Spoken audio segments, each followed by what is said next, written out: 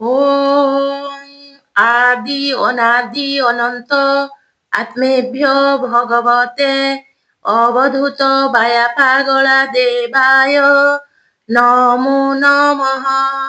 গুরু বিনু ভব বারিধি কেহি তরই ନାହିଁ, ବିରଞ୍ଚି ଶଙ୍କର ହେଲେ ସଦା ଧନ୍ଦି ହୁଅଇ। ସଂଶୟ ସରସ ଗ୍ରାସଇ ହୁଏ ଯେ ଅହଙ୍କାରୀ, ବହୁତ ଭାଷଣ କୁତର୍କେ ସେହି ମରଇ ଛୁରୀ। ଜପ ତପ ବ୍ରତ ସଂଯମ ସମଦମାଦି ଦାନ, ବିରତି ବିବେକ ସହିତ ପୁଣି ଯୁଗ ବିଜ୍ଞାନ।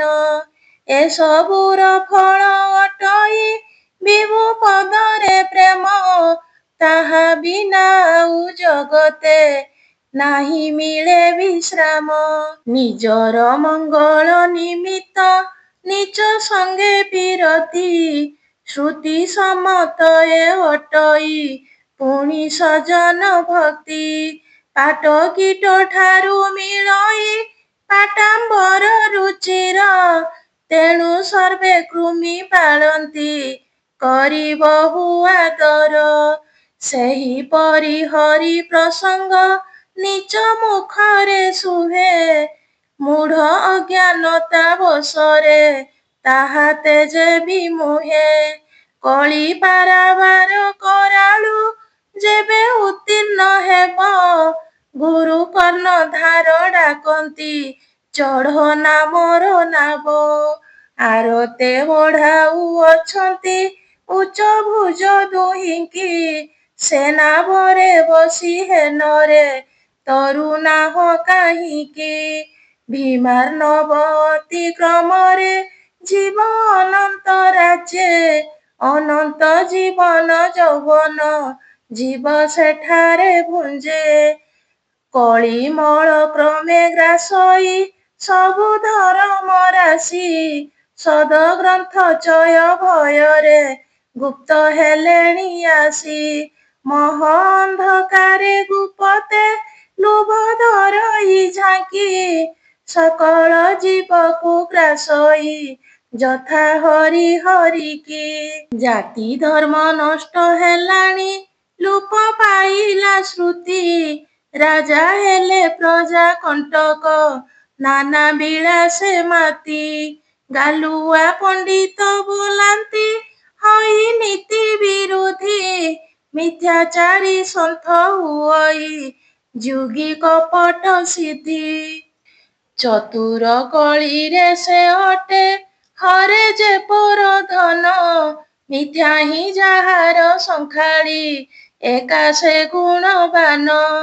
ବଡ଼ ବଡ଼ ନଖ ହଇଣ ଯାର ଜଟା ଅଛଇ, କଳି କାଳେ ସେହି ପ୍ରସିଦ୍ଧ ତପସ୍ୱୀଟି ଭୋଲାଇ।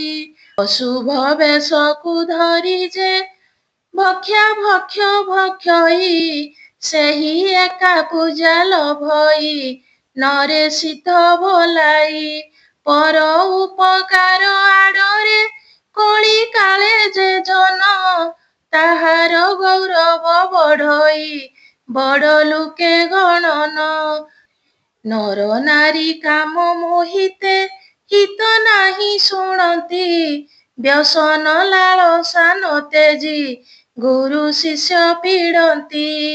ନ କରେ ନ ଇଚ୍ଛେ କେବେ ସେ ଅଟେ ଯେ ସଦଗୁରୁ, କଳି କଉତୁକେ ନ ମାତି ନମନ ହେବ ଭୀରୁ। କଳି କାଳ ଚିତ୍ର ଅଟଇ ବଡ଼ ବିଚିତ୍ର ଜାଣ, ଧନ ଦୀନ କୁଳ ବିହୀନ ଧନବତ କୁଳୀନ।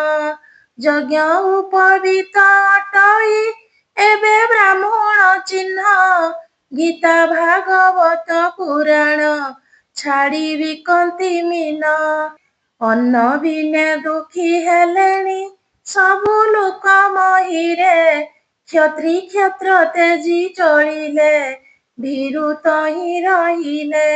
ବିନା କାରଣରେ ଦୁର୍ଜନ ସନ୍ଥ ଜନେ ପୀଡ଼ନ୍ତି, ବୃଥା ଅଭିମାନ କୁସିନ ବଡ଼ ଲୁକି ଦେଖାନ୍ତି। ପିତା ମାତା ଗୁରୁ ନ ସେବି କାମି ଜନ ପୂଜନ୍ତି। ଲାଳସା ତୃପତି ନିମିତ୍ତ ପ୍ରାଣ ବିକି ମରନ୍ତି। ଧର୍ମ କର୍ମେ ବ୍ୟୟ ନ କରି ହେଉଥାନ୍ତି କୁଣ୍ଠିତ। ନାନା ରୋଗେ ହୋଇ ଭୂଷିତ ହନ୍ତ ସନ୍ତ ନିୟତ। ଯଦି କଳି କାଳ ବହୁତ ଅବିଗୁଣର ଘର ପଦ୍ମପତ୍ରେ ନିରପରାଏ ରହେ ଭକ୍ତ ପ୍ରବର। ସତ୍ୟ ଯୁଗେ ଧ୍ୟାନ କରିନ ଲୋକେ ବହୁ ତରିଲେ ନାନାଦି ନିଷ୍କାମ ଯଜ୍ଞରେ ତ୍ରେତା ଯୁଗୁ ବର୍ତ୍ତିଲେ। ପ୍ରଭୁ ପଦ କଞ୍ଜ ଦ୍ୱାପରେ ପୂଜି ଯିବ ମୁକତି କଳି କରାଳରୁ ତରସି ଥିଲେ ଗୁରୁରେ ଭକ୍ତି। ଧ୍ୟାନ କର୍ମ ଜ୍ଞାନ ଭକତି ଏହି ଚାରି ପ୍ରକାରେ ପୂଜି ମହାମୋହ ନାଶନ୍ତି ଜନେ ଚାରି ଯୁଗରେ। ସଂସାର ଭକତ କହନ୍ତି ଯେତେ ଜନ ହୁଅନ୍ତି ଧନ ଜନ ଆଉ ସମ୍ପଦ ସେହି ତୁଚ୍ଛ ମଣନ୍ତି। ବିଭୁ ପାଦ ପଦ୍ମ ଶ୍ରବଇ ସଦା ଯେମ କରନ୍ଦ ପାନ କରି ହୁଅନ୍ତି ସନ୍ତୋଷ ଯେତେ ଭକତ ବୃନ୍ଦ। ଶାଗୁଣା ଶୃଗାଳ କୁକୁର ଗୋରୁ ଗଧ ବିଡ଼ାଳ ଘୁଷୁରି ଗୁଟକ ପେଚକ କାକ ସର୍ପ ସକଳ ହରିଙ୍କ ମହିମା ଏମାନେ ଯେହ୍ନେ ଜାଣନ୍ତି ନାହିଁ। ଇନ୍ଦ୍ରି ବଶେ ଥାଏ ଯେ ଜନ ସେହିପରି ହୁଅଇ ନ ଜାଣେ ବିଭୁଙ୍କ ମହିମା ଯେଉଁ ଜନ ଜଗତେ ହୁଏ ତାଙ୍କ ନାମ ଶ୍ରବଣେ କାଳ ସେ ଅବିରତେ। ଜ୍ଞାନୀ ପକ୍ଷେ ଏକା ଉତ୍ତମ କଥା ଲାଗଇ ଭଲ ଅନ୍ୟ କଥା କଲେ ଚରଚା ହୁଏ ହୃଦଏ ସଲ। ବିକାର ବିହୀନ ପୁରୁଷ କରେ ସର୍ବତ୍ର ବାସ ପରାଶ୍ରିତେ ପରକାଶ ସେ ନାମ ପରମ ଈଶ। ପର ଦ୍ୱାରରେ ସେ ଆସକ୍ତ ହୋଇ ମୁକ୍ତି ପସରା ଯାହାକୁ ସେ ଶ୍ରଦ୍ଧା କରଇ ସେହି ଅଟେ ତା ଦ୍ୱାରା। ତାହା ଲୀଳା ସେହି କରଇ ଏହି ମାୟା ସଂସାରେ ସଂଖାଳି କରି ସେ ପବିତ୍ର ନାମ ବୁଲେ ପ୍ରେମରେ। ସଂଖାଳି ଖାଇଲେ ସରଇ ନାମ ନ ସରେ ଗାଇ ଦୂଷଣ ହୁଅଇ ଭୂଷଣ ମନେ ତାହାକୁ ଧ୍ୟାଇ। କହି ପୁଛି ଜାଣେ ଯେ ଜନ ପଚା ମାଛ ବିକଇ ଉତ୍ତମ ଜନକୁ ଚିହ୍ନିବା କାର ଶକତି ନାହିଁ। ଅଳପ ବିଦ୍ୟା ଯେ ସାଧଇ ଫର ଫର ହୁଅଇ ବହୁତ ବିଦ୍ୱାନ ପୁରୁଷ କେବେ କଳି ନୁହଁଇ। ଅଳପ ଜଳରେ ନଦୀଏ ଲଙ୍ଘି ଚାଲନ୍ତି କୂଳ ସାଗର ଗରବ ନ ଫୁଲେ ହେଲେ ବହୁତ ଜଳ। ଗ୍ରୀଷ୍ମ ବରଷାରେ ସମୁଦ୍ର ବପୁ ଅଟଇ ସମ ନିଦାଘରେ ନଦୀ ଶରୀର କୃଶ ବର୍ଷାରେ ପୂର୍ଣ୍ଣ। ସୁଖେ ଦୁଃଖେ ଅବିଚଳିତ ଅଟେ ଉତ୍ତମ ଜନ ଅଧମ ଦୁଃଖରେ କାତର ସୁଖେ ପ୍ରଫୁଲ୍ଲ ପ୍ରାଣ। ସାଧୁଙ୍କୁ କଳିରେ ଚିହ୍ନିବା ବଡ଼ ସହଜ ନୁହେଁ ଚିହ୍ନିଲେ ନାନାଦି ଯାତନା ଜନ ମନ ନ ଦହେ। ହୃଦୟ ଯାହାର ଦର୍ଶନେ ହୁଏ ଆନନ୍ଦ ପୂର୍ଣ୍ଣ ସେହି ସାଧୁ ମୁକ୍ତ ପୁରୁଷ ତାଙ୍କ ପଦେ ପ୍ରଣାମ। ପଣ୍ଡିତ ଯେ ସାଧୁ ନୁହଁଇ କିବା ବିଦ୍ୟାଭିମାନୀ ବାହ୍ୟ ଜଡ଼ ମତ ପାମର ମାତ୍ର ଭିତରେ ଜ୍ଞାନୀ। ଗୋଲାପର କଣ୍ଟା ଅସାଧୁ ସାଧୁ ଗୋଲାପ ଫୁଲ ସଂସାର ଗୋଲାପ ବୃକ୍ଷରୁ ଏବେ ସାଧୁଙ୍କୁ ତୂଳ।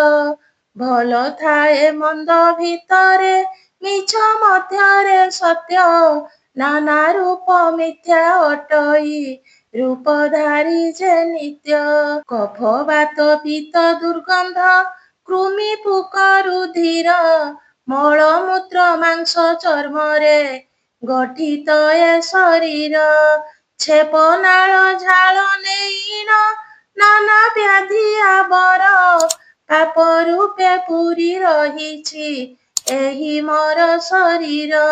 ହେମନ୍ତ ଅଙ୍ଗକୁ ବହି ଯେ କାମେ ହୁଅଇ ବାଇ, ଅକାରଣ ହୁଏ ଯିବା ଦେହ ଥିଲେ ସେ ପାଇ।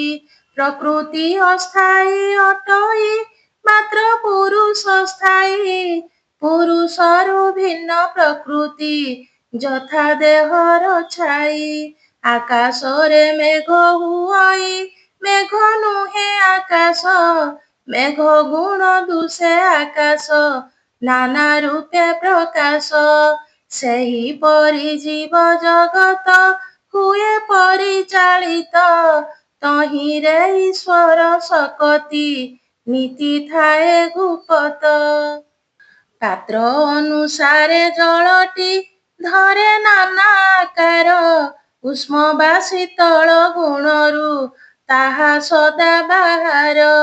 ରୂପ ଗୁଣ ନାହିଁ ଅଗ୍ନିର, ତାହା ଧରେ ଇନ୍ଧନେ, ସେପରି ଈଶ୍ୱର ପ୍ରକାଶ ହୁଅନ୍ତି ସବୁରି ପ୍ରାଣେ। ଗୁଣ ଦୋଷ ନାହିଁ ପବନେ, ଥାଏ ସକଳ ସ୍ଥାନେ, ସେହିପରି ଈଶ ସତ୍ତା ହିଁ ପ୍ରତିଭାତ ଜୀବନେ।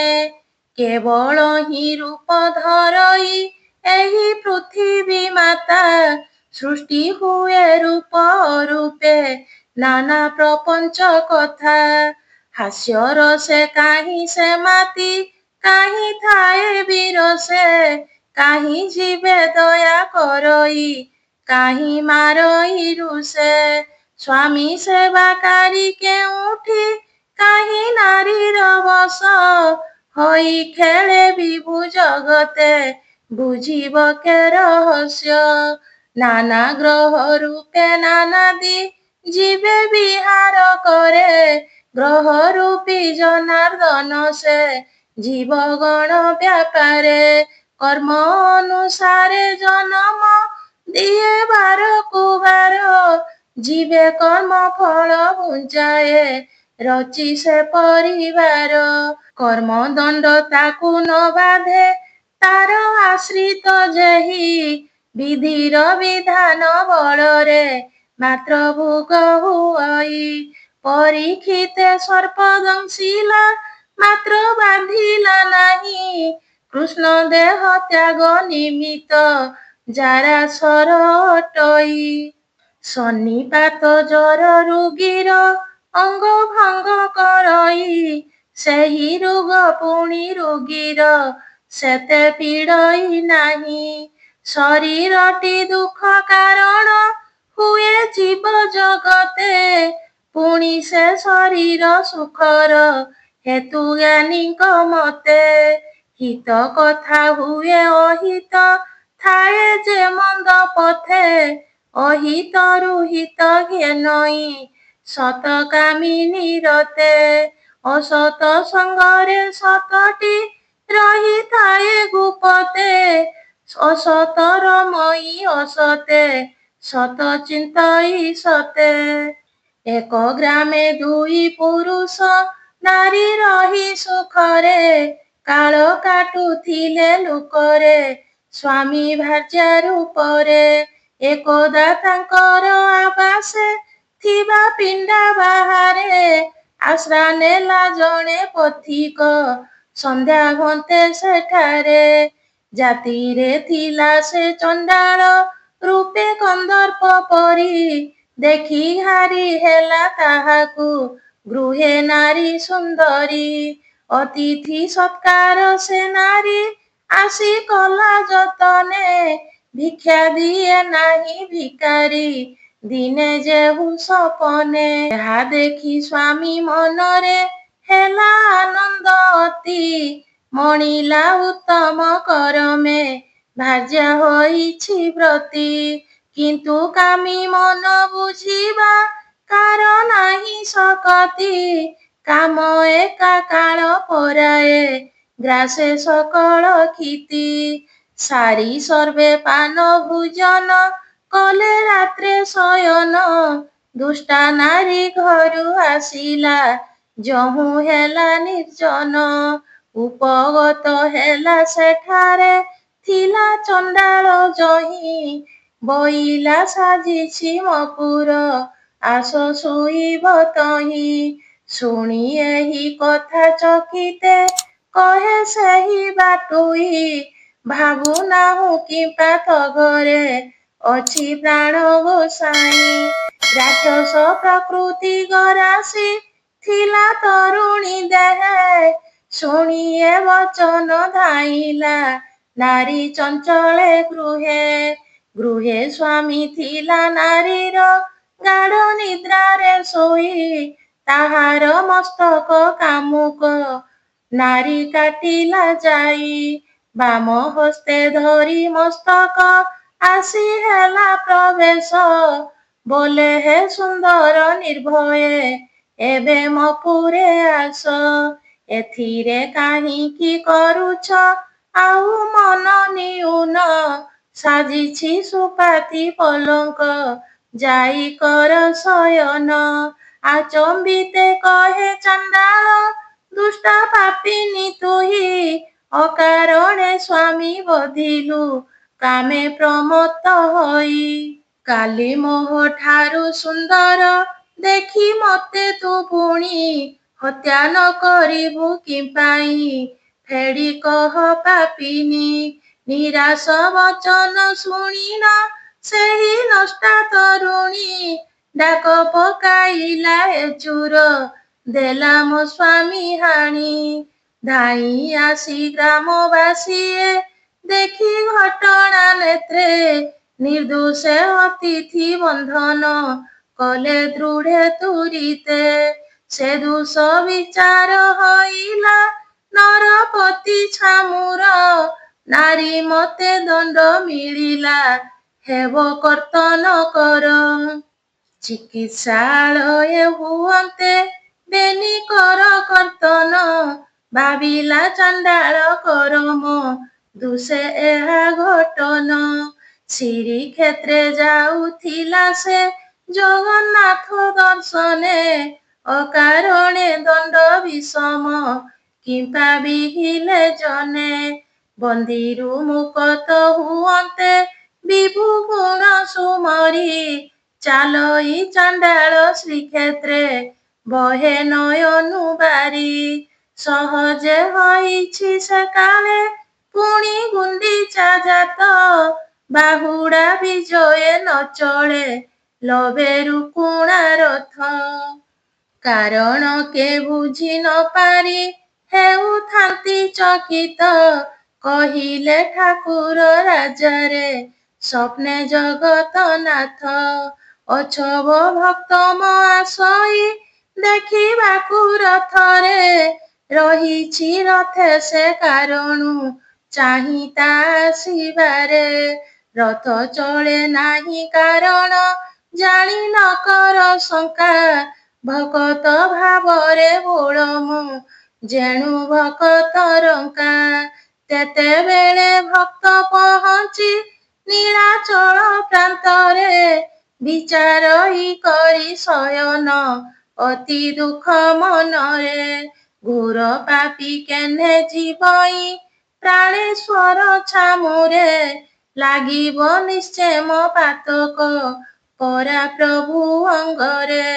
ମୋ ମନ ଥାଉ ତା ଦର୍ଶନେ କାଳେ ନୁହୁଁ ଦର୍ଶନ। ଭୋଗ ହେଉ ପଛେ ନରକ ନ ଧରିବି ନା ନାମ।